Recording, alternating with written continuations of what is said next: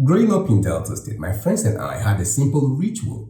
We'd gather at my house, throw in whatever little money we had, and cook. On days we had nothing, I'd sneak into my parents' room, grab some starch, and we'd roast ice fish to prepare what we proudly called ground soup. But as we grew older, life began to separate us. Then I gained admission. During one ASU strike, I returned home and one of my closest friends, Paul, visited. And while we were together, I felt the need to recharge my phone. So I asked him for 100 naira. He laughed and said, "So you still remember what money looks like? Haven't you gotten used to being broke?" That statement hit me like a slap. Then I realized something dangerous.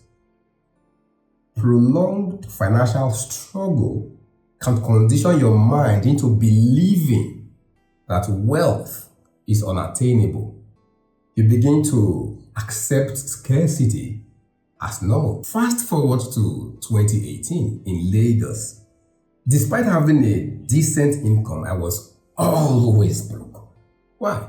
Because, like most of my friends, I was operating with a scarcity mindset. Then I started studying how people create wealth, how investors think. Rich Dad's Guide to Investing by Robert Kiyosaki was one of the earliest books that woke me up. Later, I met a real estate investor I had been following online. Then I offered him my copywriting services for free, just so I could get close. Eventually, I convinced him to let me spend a weekend with him, and that weekend was the beginning of the change in my life. In this video, you will discover the 5 wealth building habits that shaped the way I think about money to this day. So, grab a seat. Number 1, pay yourself first. He started with a story of how an entrepreneur lost investor funding simply because he wasn't paying himself. While the entrepreneur thought it was a flex to sacrifice everything to the business, investors saw it as a lack of discipline. So the first thing he told me was, wealth is nothing but a mindset. So if you want to think like an investor, always pay yourself first. The simple formula he uses is to allocate a certain percentage of whatever he receives to pay himself first, even before he thinks about paying bills or any other expenses. So I was curious and asked him why. He said, bills will always be there, whether we like it or not. But wealth is built from what we keep. So, pay yourself first. Number 2, track every dime. He admitted that at first he was really uncomfortable with budgeting. But once he started tracking his expenses, he realized where money was leaking unnoticed. Because of his advice, I started tracking everything that comes in and out of my life. I discovered that I had spent 300,000 naira on buying groundnut for 1 year. I'm talking about the little groundnuts I buy, 50 naira, 100 naira here and there. I began to compare that with some of my friends who burn 15k to 30k or more daily in the Canadian embassy. Oh my dealer, oh my dealer, oh my dealer, I want to enter Canada. Oh my dealer, give me a visa, I want to enter Canada.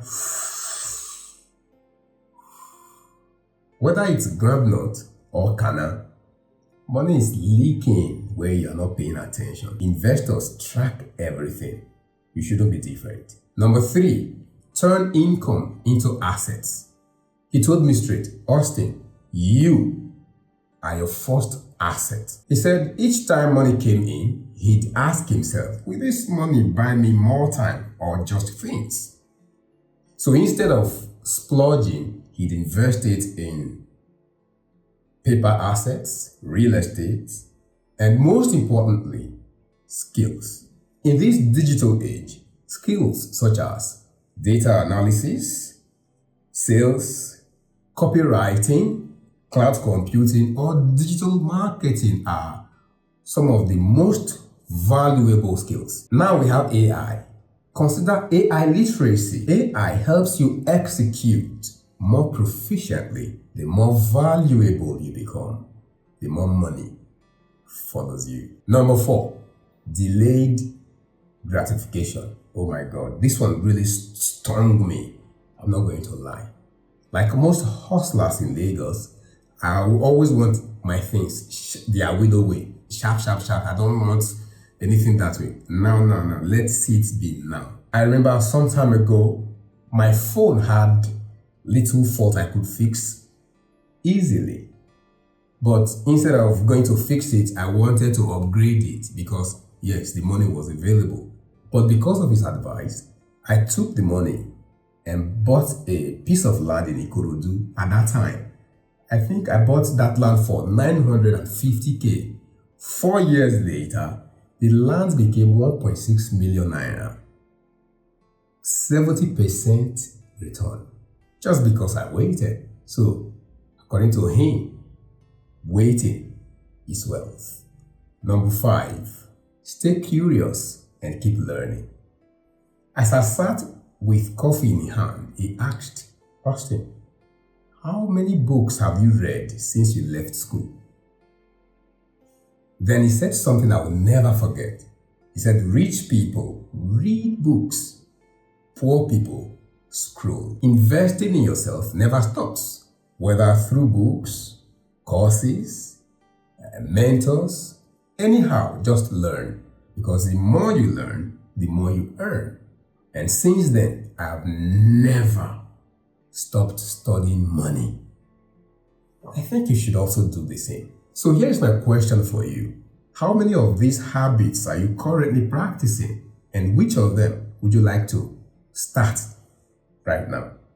I'd like to hear from you in the comments. And by the way, if you want to learn how to start investing, even with little money, or you'd like to join my real estate network marketing team to make money, click the link in the description.